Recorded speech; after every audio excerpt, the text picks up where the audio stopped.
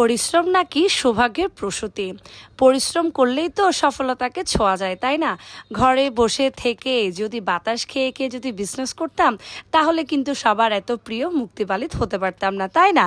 So hello everyone, আজকে খুব সুন্দর একটা ভিডিও মেক করব যে আমার এই ব্যবসার প্রসেসিং কোথায় থেকে কত কষ্ট করলাম, কি করলাম, একটা জামদানির জন্য কোথা থেকে কোথায় গেলাম, এদিকে ক্লান্ত হয়ে ঝুরতে ঝুরতে ফিরতে ফিরতে কি করলাম। সো সবাই শুরু করে প্রথমেই হচ্ছে একদম রাতের দিকে হচ্ছে আমরা গাড়িতে উঠে যাই এবং খুব রাতেই, কেননা আমাদের তাঁতি সকালেই হঠাৎ করে ফোন করে বলে বৃহস্পতিবার যে আজকে আসতে হবে, না হলে কিন্তু আমার শাড়িগুলো নেওয়া যাবে না। কাক ভেজা বৃষ্টিতে ভিজে বাচ্চা সহ আমি চলে গেলাম, একদম হুটহাট ডিসিশন, কেননা পাশে যখন কেউ থাকে না নিজেরাই নিজেদের জন্যই থাকতে হয়, তাই না? সো প্রথমে হচ্ছে আমরা চট্টগ্রাম থেকে গাড়িতে উঠে যাই, বাচ্চারা একদমই খাবার দাবার খায় নাই। সো মানে এত বাচ্চারা মানে খিদা পেয়েছে, মানে কুমিল্লাতে এসে হচ্ছে বাচ্চাদেরকে খাওয়ানোরই টাইম পায় নাই, যে তোরা ঘুম ছিল, ঘুম থেকে উঠে জাস্ট একটা বিরিয়ানি প্যাকেট নিয়ে সবাইকে একটু একটু করে খাইয়ে দিচ্ছিলাম। আর আমাদের যে স্লিপিং বাসটাতে উঠলাম, ও মাই গড এত লেট করলো ঢাকায় যাওয়ার সময়। তো কিচ্ছু করার নাই, কপালে যা থাকে তাই হবে। আর এদিকে আমরা খুব মনে একটা টেনশন নিয়ে যাচ্ছিলাম, গাড়িও ছেড়ে দিয়েছে, আর টাইমের মধ্যে আসলে এত ভোরে না পৌঁছালেও সুন্দর সুন্দর সব শাড়িগুলো মিস হয়ে যায়। আর টাইম মেনটেনটা বড় বিষয় সব কাজের মধ্যে। আর এদিকে বাচ্চাদেরকে রাখার জন্য আসলে আমি একদমই মানে জায়গায় পাচ্ছিলাম যে কি করব, বাচ্চাদেরকে নিয়ে যাব। যদিও তাঁতিদেরকে আমি আগে থেকে বলে দিয়েছিলাম যে আসলে আমার যেহেতু হুটহাট প্ল্যান, এই প্ল্যানে আসলে আসতে গেলে আমাকে আমার বাচ্চা সহ নিয়ে আসতে হবে। সো আসলে কিছু করার নাই, ওরাও আসলে খুব আপসেট ছিল বাচ্চা নিয়ে আসবো বলাতে, কারণ এত দূরের জার্নি ওরা কি করবে। তো এই ভাবতে ভাবতে আসলে আমার বোনদেরকে একদম ভোরের দিকে 4টার দিকে বাচ্চাদেরকে ওদেরকে দিয়ে আমার মামাতো বোন, যার সাপোর্ট ছিল বলে আমি আসলে এতটা দূর এতটা কাজ করতে পেরেছি, ধন্যবাদ আমার মামাতো বোনকে। সো সে আসলে আমার বাচ্চাদেরকে রেখেছে এবং তাদের কোয়ার্টারে হচ্ছে ভোর 4টা বাজে নেমেই একদম দৌড় দিলাম, কোনো খাওয়া দাওয়া ছাড়া, একদম রাতে কোনো খাবার নাই বললেই চলে।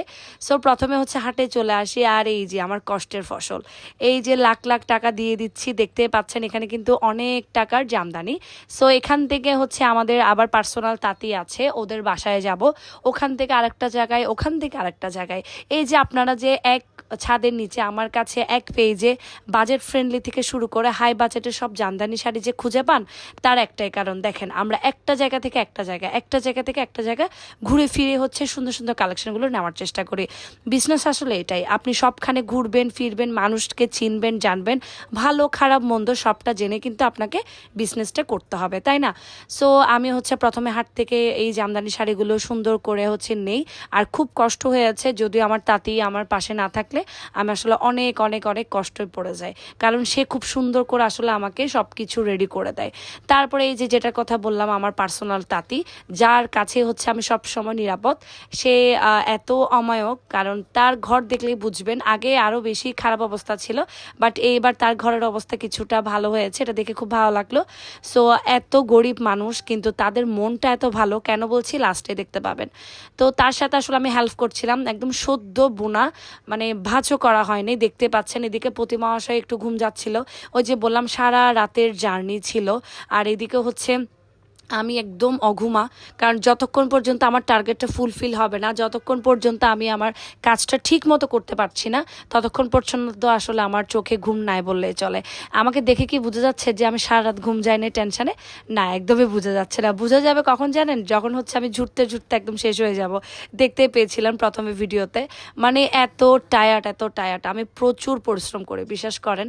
আর পরিশ্রমের যে আমাকে সবসময় অনুপ্রেরণা দেয় সেটা হচ্ছে আমার হাজব্যান্ড, কারণ সে যদি না থাকতো আমি এত দূর দূরান্ত একটা থেকে একটা জায়গায় কখনো হচ্ছে যেতে পারতাম না। আর এটা কিন্তু ইজিও প্রজেক্ট না, ঠিক আছে? তো দেখতে পাচ্ছেন এই সুযোগে আপনারা জামদানি কিভাবে ভাঁজ করে সেটার একটা ছোট ভিডিও আপনারা দেখে ফেলতে পারেন। মানে এত এত সুন্দরভাবে ওরা ভাঁজ করে, আমি নিজেও আসলে পারি না, তো এবার একটু শিখে নিলাম। এই অরেঞ্জ কালার জন্য অনেক অনেক আপনারা খুব ভালো আমাদেরকে রেসপন্স দিয়েছেন। সত্যি বলতে এই অরেঞ্জ কালার আমাদের কাছে আর নাই, আর এটা যদি আসেও তাহলে খুব খুব দেরি হবে, কারণ এটা অলরেডি বুনন চলতেছে। পুজোর কয়েকদিন আগে করে পাবেন, যারা নেওয়ার তারা কিন্তু আমাদের প্রি অর্ডার করে ফেলতে পারেন, আর এখন পর্যন্ত নাই বললেই চলে। আর এই যে তাঁতের কল আওয়াজ আসতেছে, আর এদিকে তাঁতির ঘরের অবস্থা দেখেন কোথা থেকে কোথায়। আর এই যে খুব সুন্দর নদীটা, এটা কি বলেন তো, এটা হচ্ছে শীতলক্ষ্যা নদী। আমরা শীতলক্ষ্যা নদী দিয়ে হচ্ছে আবার চলে যাচ্ছি আরেকটা তাঁতির বাসায় আরও সুন্দর কিছু কালেকশন নেওয়ার জন্য। সে ফাঁকে আমি প্রতি মহাশয়কে বলি যে চলো আমাদের এই বিজনেস জার্নির এত কষ্টটা স্মৃতিময় করে রাখি। তারপরে এই যে আমার তাঁতি বস্তায় সুন্দর করে প্যাক করে দিচ্ছে, দেখতে পাচ্ছেন। মানে একটা মানুষের আন্তরিকতা কতটা ভালো হলে সে এভাবে সুন্দরভাবে গুছিয়ে জিনিসগুলো আমাকে দেয়, হ্যান্ড ওভার করে।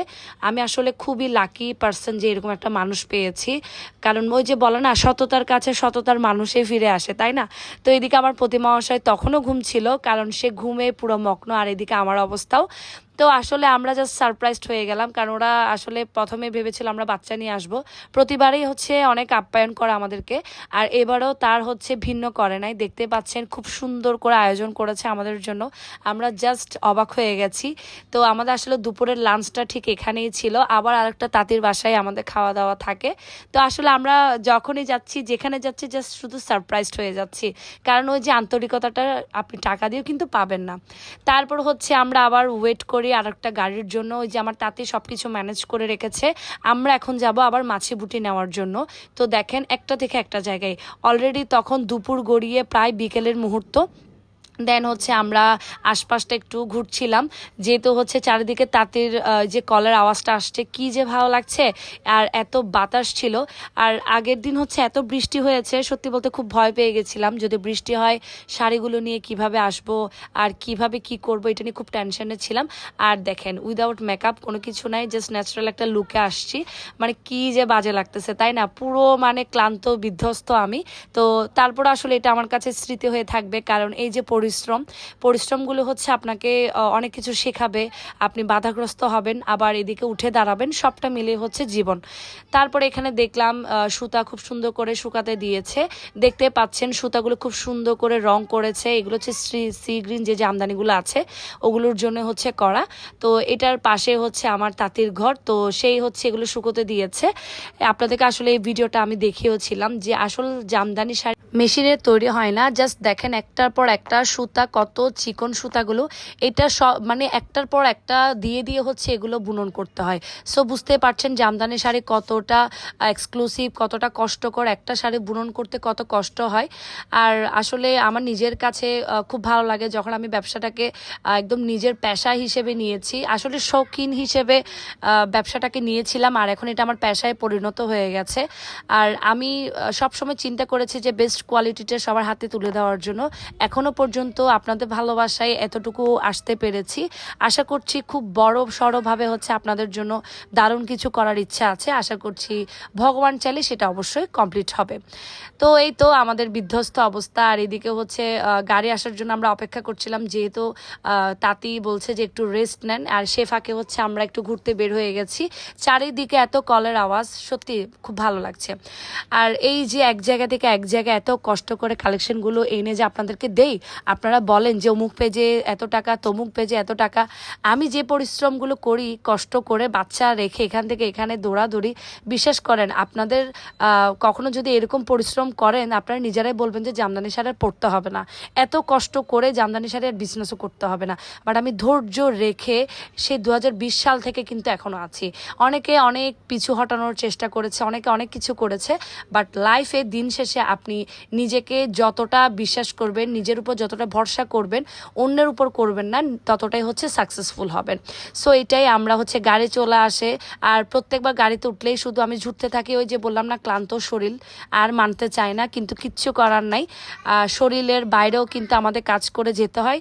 আর এদিকে দেখতে পাচ্ছেন গাট্টি গাট্টি কত সুন্দর শাড়ি শাড়ি সব জামদানি শাড়ি আমাদের জন্য নিয়ে আসছে।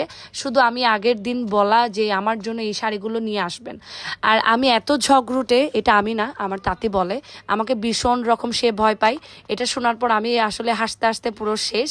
আর এই যে এখানে এসেও আমাদের জন্য আবার খাবারের ব্যবস্থা, ওই যে বললাম না মানুষ টাকা পয়সা থাকতে না পারে, বাট মন মানসিকতা অনেক বড় কিছু।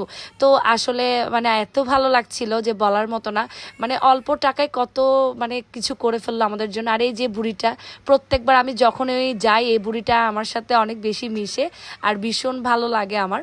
যাই হোক, আমরা আসলে পেট পুড়ে খেয়েছি। অনেকে বলতে পারেন যে এমন ঘরে কেন খেয়েছি, আসলে আমার বেস্ট ফ্রেন্ডও কিন্তু মুসলিম, আর আমি সবসময় বেড়ে উঠেছি সবার সাথেই।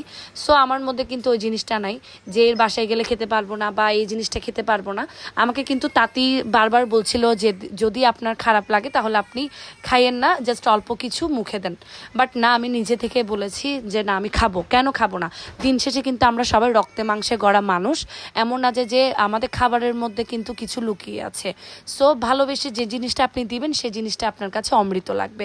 আমি এটা মনে করে খাচ্ছিলাম। ওরা যে ভালোবাসাটা আমাকে দিয়েছে এটা আসলে আমার কাছে অনেক কিছু। তো যাই হোক, খাওয়া দাওয়া শেষ করলাম, 2বার খাওয়া দাওয়া শেষ, আর পেট পুজো হয়ে গেছে, আর এদিকে আমার জামদানি বাছাইও শুরু হয়ে গেছে। তো এই যে মাছি বুটির যে ভিডিওটা আপনারা আবার দেখবেন, এটাও সদ্য বুনন করা। আর একটা তাঁতির বাসায় গেলাম, এখানে কিন্তু তাঁতির বাসায় গিয়ে সদ্য কাঁঠাল আম ওদের গাছের খেয়েছি। তারপরে এই যে বাছাই শুরু হয়েছে, দেখতে পাচ্ছেন আপনারা।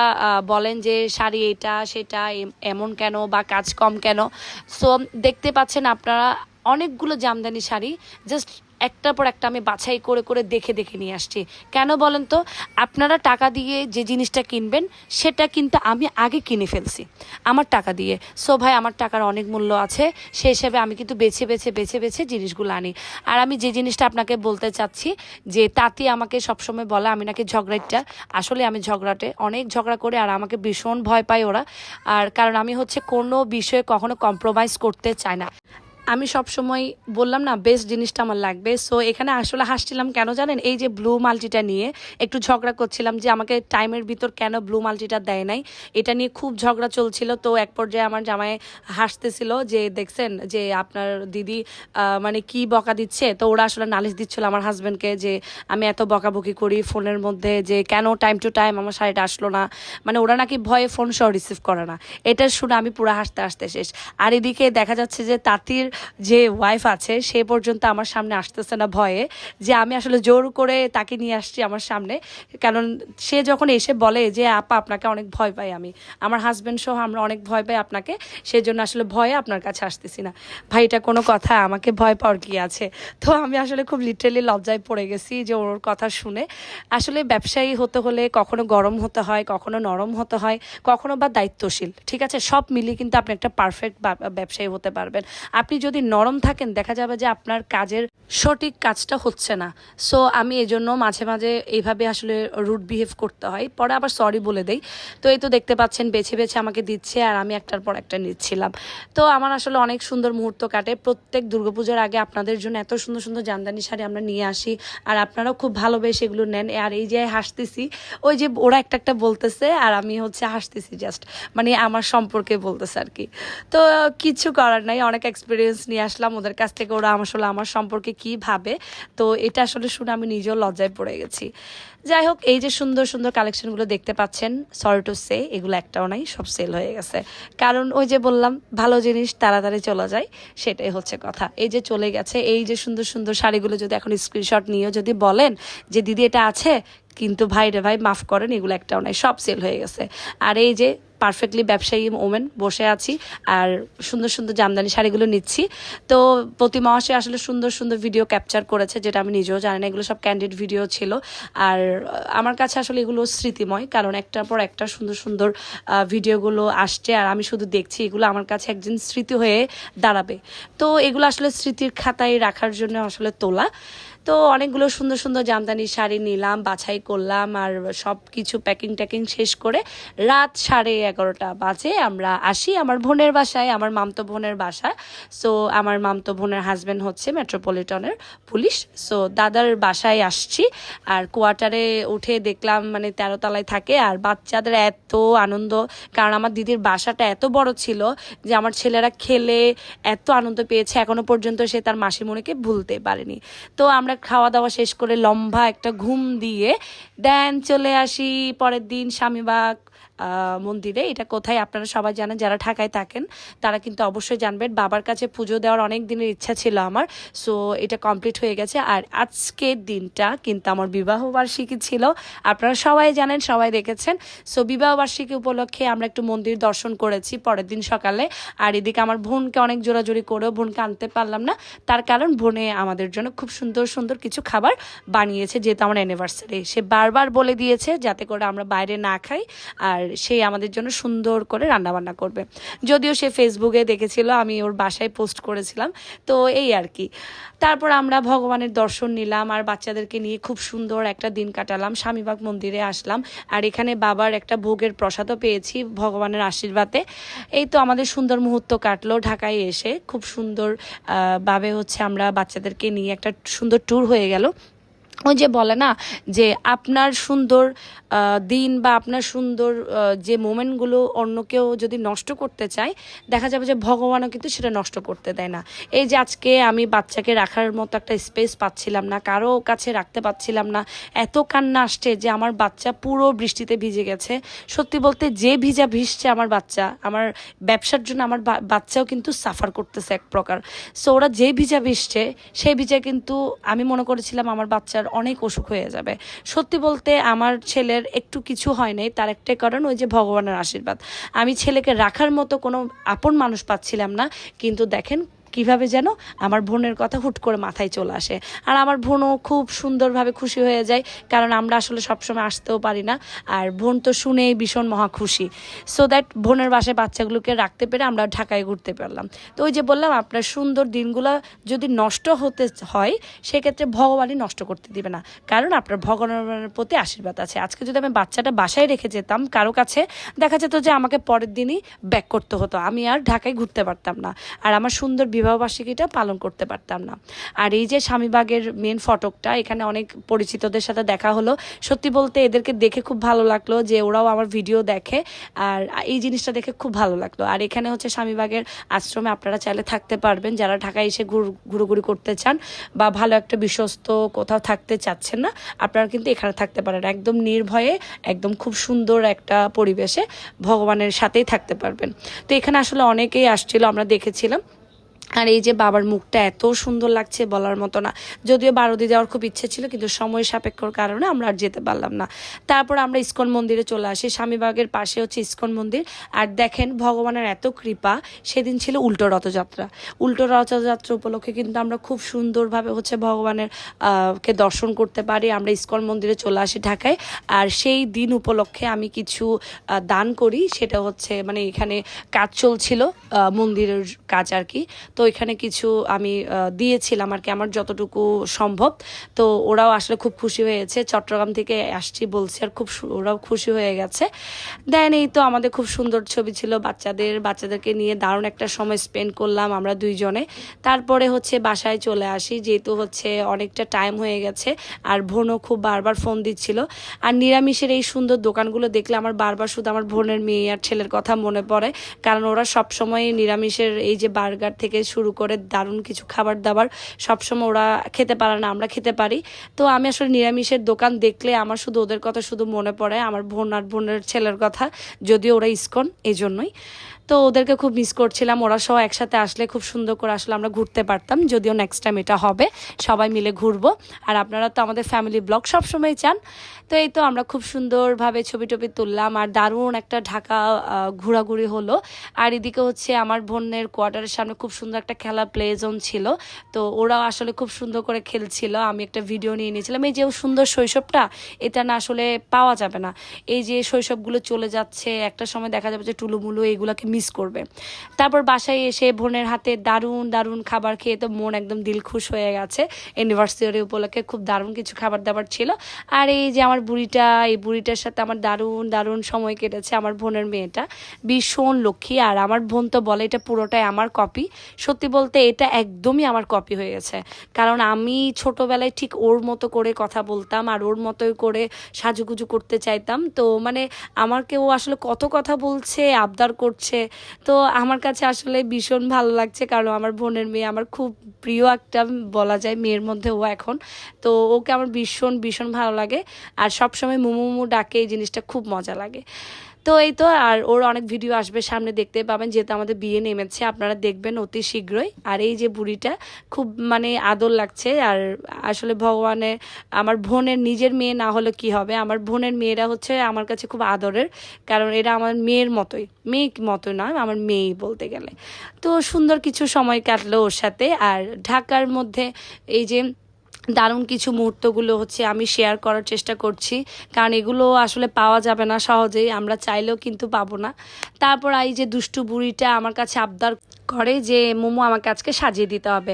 তো আমি আমার বোনকে বলেছিলাম যে একটু শাঁখারি বাজার যাব, যেহেতু ঢাকায় এসেছি, ওখানে যাওয়ার খুব ইচ্ছা আছে আমার। কিন্তু আনফর্চুনেটলি দুপুরে এমন একটা জম্পেশ ঘুম দেওয়াতে অনেক লেট হয়ে যায়, আর বুড়িকে রেডি করিয়ে দিচ্ছিলাম। আর ঢাকা শহরের রাস্তা জ্যাম, ও মাই গড, এত জ্যাম থাকে যে আমরা যে টাইমে আসলে যাওয়ার কথা ওই টাইমটা ক্রস হয়ে যায়। তো ওই যে বললাম উল্টো রথযাত্রা ছিল, তো পুরো শাঁখারি বাজারটা আমার কাছে মনে হচ্ছে একটা মিনি কলকাতা। আমরা তো কলকাতায় গিয়েছি, কলকাতায় আনাচে কানাচে ঠিক এরকম টাইপের হচ্ছে সুন্দর করে রাস্তায় গোপালদেরকে রাখে, জগন্নাথকে রাখে।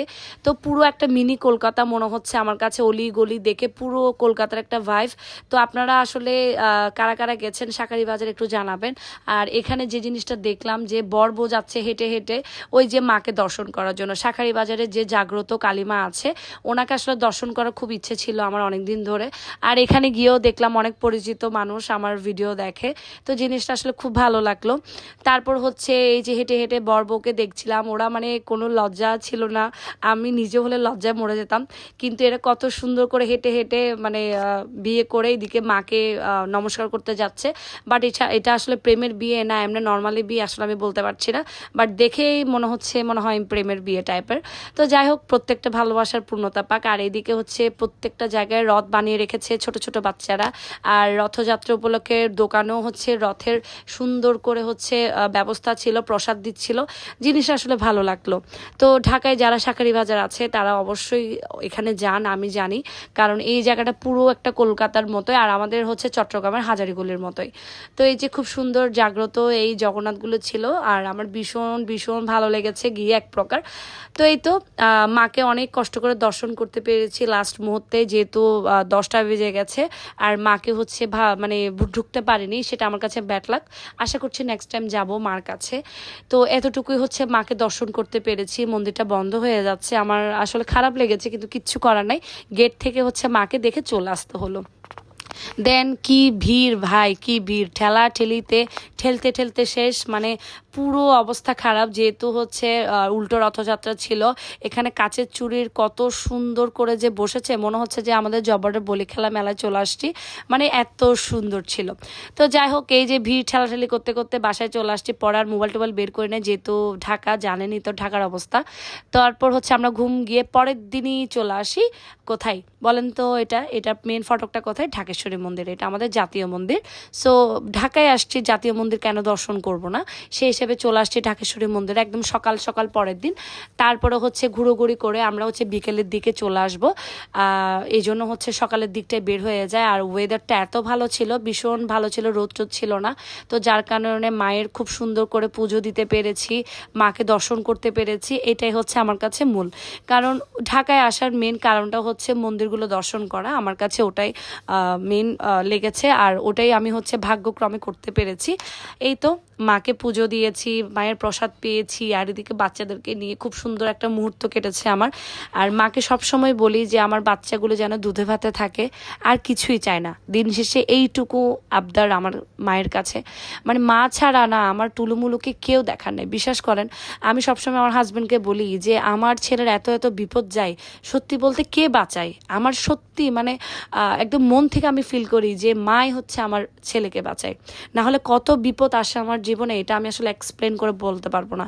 এত কষ্ট করে বিজনেস করছি, বাচ্চা দুইটাকে সামলাচ্ছি, এই যে টানতে টানতে এক শহর থেকে আরেক শহর, আরেক শহর থেকে আরেক শহরে চলে যাচ্ছি ছেলেগুলাকে নিয়ে, এটা কিন্তু এতটা সহজ না, সবাই কিন্তু মানিয়ে নিতে পারে না। আমি এটা অবশ্যই বলবো আমার ছেলের ভালো গুণ। তো এই তো বোনকে টাটা বাই বাই দিয়ে দিয়ে বোনের বাসায় খাওয়া দাওয়া করে আমরা এখন বিকালের গাড়িতে চলে যাব চট্টগ্রামে, কারণ আমার অলরেডি কুরিয়ার চলে গেছে পার্সেল পার্সেলগুলো আমার জামদানি চলে আসছে। তো আজকে এ পর্যন্ত, সবাই ভালো সুস্থ থাকবেন। আজকে এখানে ব্লগটা শেষ করবো। আর এই যে আমার বুড়ি মাটা লাস্ট মুহূর্তে সে খুব মন খারাপ করছিল।